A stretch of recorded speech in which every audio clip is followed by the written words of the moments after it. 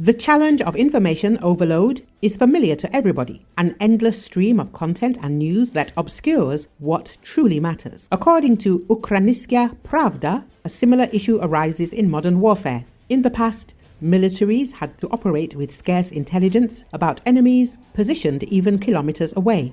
Nowadays, drones, advanced communication systems, radars and satellites flood headquarters with vast amounts of data. It is noted that this deluge of data presents a new challenge. What to do with it? A small team at headquarters must analyze terabytes of intelligence about the enemy within hours. It is difficult not to go crazy in the process because the data obtained may be false or useless. In modern warfare, militaries have two options: either to tame information flows and become more effective, or to drown in a sea of Excel spreadsheets, screenshots, labels and decryptions. To pursue the first path, Ukrainian commanders across various fronts began setting up specialized units designed to collect and analyze all battlefield data using cutting-edge technology. Such units are called ISTAR centers, a practice that has been adopted by NATO countries. In the 13th Kharkiv Brigade, ISTAR center operators work around the clock, monitoring multiple drone feeds and staying in constant contact with troops on the battlefield. They log everything they hear and see, the routes Russian forces are using,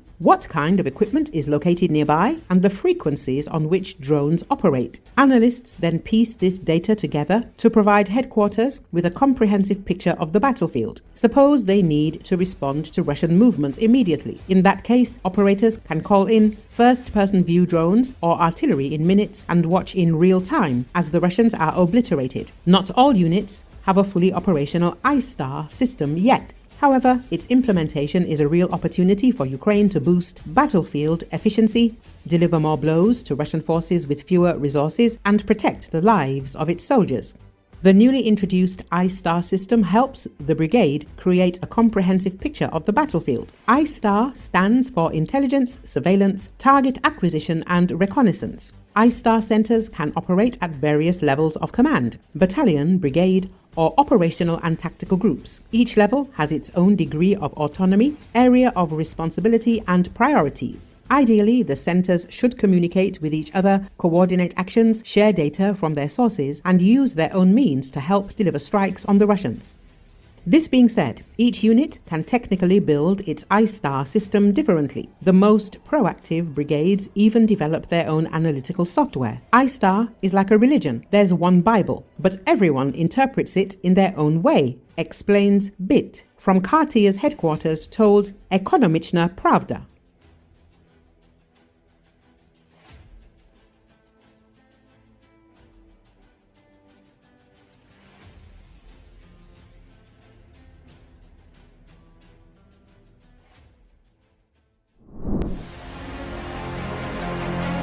Ukrainian Armed Forces officer Ihor Lapin believes that US President Joe Biden would not approve long-range capabilities without coordinating with Donald Trump. The fact is, from the US perspective, these permits hinged on two issues. The first point is guidance systems using American satellites. With all due respect, but Prytula satellite, a satellite purchased by Serhiy Prytula Charity Foundation for the needs of the Ukrainian Armed Forces, will not solve such problems. The second point is strengthening Ukraine's negotiating position. Right now, everyone is talking about the United States. Trump, the newly elected president, saying there will soon be a stop, a freeze, or whatever we call it. But to bring Putin to the negotiating table, we always asked, what did Putin say about that? Is he ready? And Putin responded with the same nonsense about the Istanbul agreements, denazification, and the goals of the Minsk agreements. We've all heard this repeatedly. Moreover, why would Putin sit down at the negotiating table if his front is moving westward, not eastward?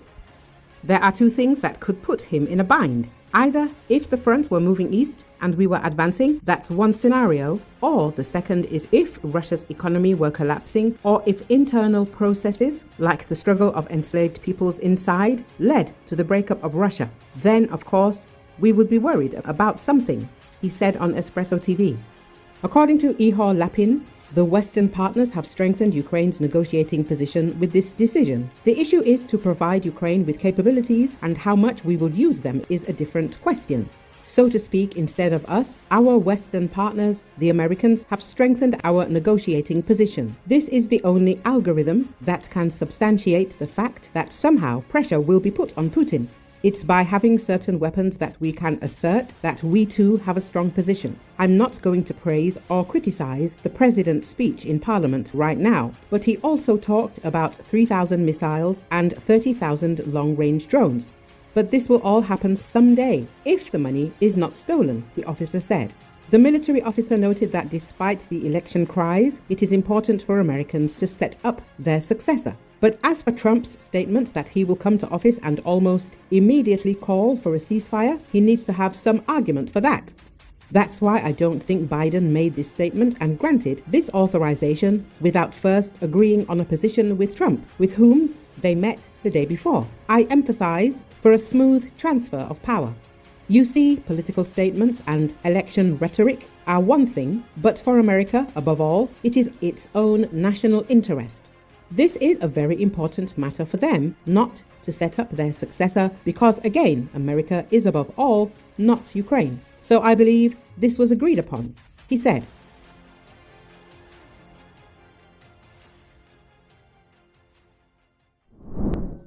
A high-ranking North Korean general has been wounded as a result of Ukrainian missile strikes on the territory of Russia's Kursk Oblast. For the first time, the West confirms the injury of a high-ranking North Korean military officer. The Wall Street Journal reported this, citing an anonymous Western official. The Wall Street Journal source revealed that the North Korean general was injured during a recent Ukrainian strike in Kursk Oblast. The source did not provide details on how the general was injured and did not identify the North Korean high-ranking military officer. The Wall Street Journal source revealed that the North Korean general was injured during a recent Ukrainian strike in Kursk Oblast. The source did not provide details on how the general was injured and did not identify the North Korean high-ranking military officer. The Wall Street Journal notes that this is the first time the West has confirmed an injury to a high-ranking North Korean military figure. Earlier, WSJ reported that North Korea had sent Colonel General Kim Yong-bok to Russia to oversee North Korean troops. Kim is considered one of North Korea's 10 most prominent military leaders and a frequent aide to Kim Jong-un. Colonel General Kim Yong-bok was rarely seen or even mentioned in public. His role leading North Korea's special forces required him to keep a low profile to conceal his identity. But now he is a very public figure. He is the top North Korean military official in Russia, where more than 11,000 North Korean soldiers have been deployed to aid Moscow's efforts to dislodge Ukrainian troops who have seized a chunk of Russian territory, the WSJ reported. Formerly, Kim Yong-bok is believed to be tasked with integrating North Korean troops with Russian troops, learning from the experience of combat operations to bring it back home and preparing for future deployments. Western media recently confirmed that Ukraine targeted a military facility in Kursk Oblast using Storm Shadow missiles. Reports suggested the strike may have hit the Baryatinsky estate in Mariino, suspected of housing a command post for Russian and North Korean forces operating in Kursk Oblast. The media have previously reported that the UK had privately approached Ukraine's use of UK-provided cruise missiles against Russian targets in response to Russia's deployment of North Korean troops. The US has also reportedly authorized Ukraine to strike Russia with long-range ATA-CMS missiles, although it has not publicly announced this decision.